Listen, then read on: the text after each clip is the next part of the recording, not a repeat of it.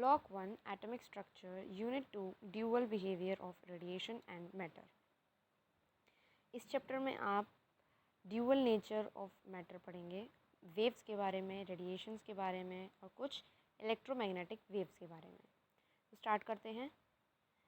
First, Davison and Germer experiment will be described, which provide experimental verification for de Broglie idea of wave nature of matter।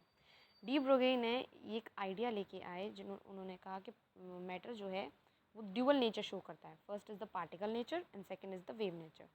Particle nature का तो verification था, but जो dual wave nature था उसका verification नहीं था। तो उसका वेरिफिकेशन जो है, जो डेविसन और जर्मर के द्वारा किए गए एक्सपेरिमेंट से निकला। ओके, फिर आता है वेव्स। वेव्स क्या होते हैं? Wave is a travelling disturbance that transports energy. Wave एक ट्रैवलिंग डिस्टर्बेंस होता है जो कि एनर्जी को ट्रांसमिट करता है। रेडिएशन क्या होते हैं? रेडिएशन एमिशन होता है या फिर ट्रांसमिशन होता है उसी एनर्जी का in the form of waves. Okay, तो in the form of waves, जैसे कि आपकी ये एक वेव है, दिस इज, यहाँ पर आपकी ये जो आई, दिस इज़ अ वेव। अब ये करस्पॉन्डिंग वेव जब और ट्रैवल होंगी तो ये पूरी कंस्टिट्यूट करेगी क्या? एक रेडिएशन। तो रेडिएशन क्या होता है? It is the emission of transmission of energy in the form of wave and particles, और पार्टिकल्स थ्रू स्पेस और थ्रू मटेरियल मीडियम। दोबारा बताती हूँ। Wave is travelling disturbance that transports energy. एक ट्रैवलिंग डिस्टर्बेंस होता है जो कि एनर्जी को ट्रांसपोर्ट करता है, और रेडिएशन इमिशन और ट्रांसमिशन होता है उसी एनर्जी का in the form of wave और पार्टिकल्स थ्रू स्पेस और थ्रू अ मटेरियल मीडियम। आगे बढ़ते हैं इलेक्ट्रोमैग्नेटिक वेव्स। इलेक्ट्रोमैग्नेटिक वेव्स क्या होता है? वन वर्ड के लिए काफ़ी सही। Electromagnetic waves are perpendicular to the direction of propagation of electric field. जो इलेक्ट्रोमैग्नेटिक वेव्स होती हैं वो परपेंडिकुलर होती हैं to the direction of electric field. जैसे कि यहाँ पर आपका इस वाले डायग्राम में देख सकते हैं आप, ये आपकी इलेक्ट्रोमैग्नेटिक वेव है। ये आपकी क्या है? Electromagnetic wave. और ये आपका हुआ एक्स एक्सिस पे। एक्स एक्सिस पे इलेक्ट्रोमैग्नेटिक वेव हुई, और वाई एक्सिस पे आपकी हुई मैग्नेटिक फील्ड। वाई एक्सिस पे मैग्नेटिक फील्ड और जेड एक्सिस पे आपकी हुई इलेक्ट्रिक फील्ड। तो मैग्नेटिक फील्ड, इलेक्ट्रिक फील्ड और इलेक्ट्रोमैग्नेटिक, ये सब आपस में परपेंडिकुलर हैं। जैसा कि आप देख सकते हैं, ये देखिए, ये सब आपस में परपेंडिकुलर हैं। सो इलेक्ट्रोमैग्नेटिक वेव परपेंडिकुलर होती है to the direction of propagation of electric field and magnetic field. और एक और बात कि एनर्जी जो होती है वेव की, वो डायरेक्टली प्रोपोर्शनल होती है एम्पलीट्यूड के स्क्वायर के। आगे बढ़ते हैं।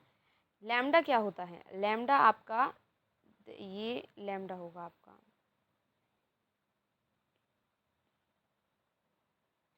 सो लैम्डा आपका क्या होता है? ये आपका ऊपर जो हिस्सा जा रहा है उसे हम कहते हैं क्रेस्ट, और ये जो नीचे आता है उसे हम कहते हैं ट्रॉफ। तो successive distance between a crest and अ ट्रॉफ, उसको हम कहेंगे लैम्डा। जैसा यहाँ पर दिख रहा है, ये क्रेस्ट है और ये दूसरा क्रेस्ट, तो दो क्रेस्ट के बीच का डिस्टेंस जो है उसे लैम्डा कहेंगे। ऐसे ही दो ट्रॉफ के बीच का जो डिस्टेंस है उसे हम क्या कहेंगे? उसे भी लैम्डा कहेंगे। दो क्रेस्ट के बीच का डिस्टेंस एंड ट्रॉफ के बीच का डिस्टेंस। तो lambda is the between successive ट्रॉफ and crest, और इसकी यूनिट क्या होती है? मीटर।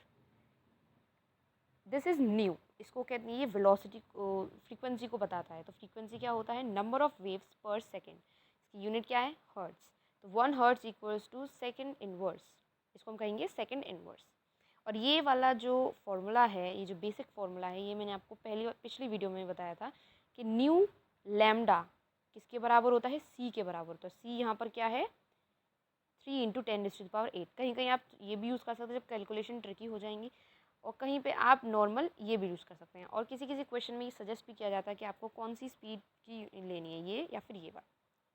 ओके, तो फॉर्मूला क्या है? न्यू लैम्डा इक्वल्स टू सी। आगे बढ़ते हैं।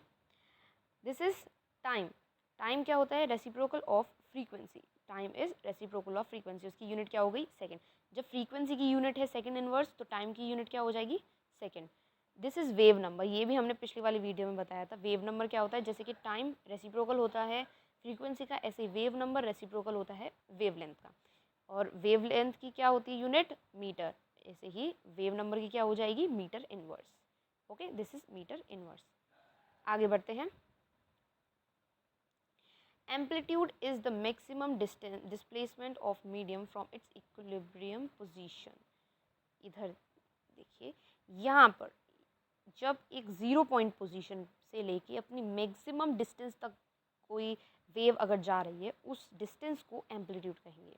Distance between successive crest and trough lambda, and distance between the point position to the highest position of the wave is known as amplitude. आगे बढ़ते हैं।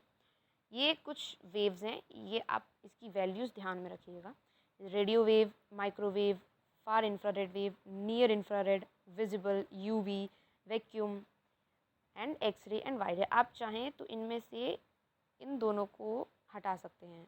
ये जो है वैक्यूम को आप हटा सकते हैं। एक्सरे और वाई रे को एक ही कंस्टिट्यूट किया गया है, ठीक है। और विजिबल रे, यूवी रे और फार इंफ्रारेड और नियर इंफ्रारेड को एक ही मान के चलिए, इसकी 30 ये वाली यूनिट मान के चलिए, ठीक है। आगे बढ़ते हैं।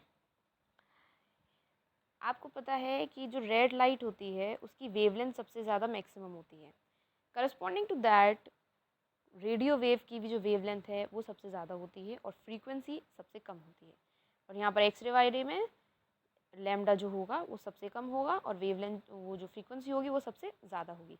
ये वैल्यूज़ हैं, इन वैल्यूज़ को ध्यान में रखिएगा। डायरेक्ट तो पूछी नहीं जाएंगी पर आपको याद में रखनी होगी। अगर आप चाहें तो वेवलेंथ और फ्रीक्वेंसी में से कोई एक याद रख सकते हैं, और वो जो पीछे वाला फॉर्मूला था वी लैम्डा इक्वल्स टू सी, आप उसको पुट करके वैल्यू को पता लगा सकते हैं, ठीक है। आगे बढ़ते हैं।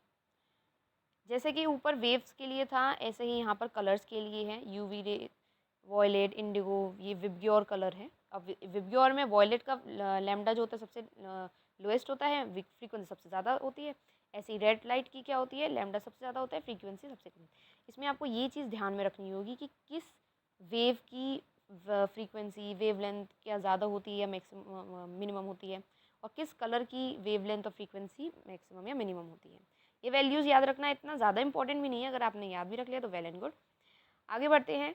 Diffraction and interference, this is wave nature. इसका क्या मतलब है कि डिफ्रैक्शन और इंटरफेरेंस नाम के जो फिनोमिनाज हैं वो मैटर के वेव नेचर से शो होते हैं। ओके, वेव का जो वेव नेचर है उससे शो होते हैं।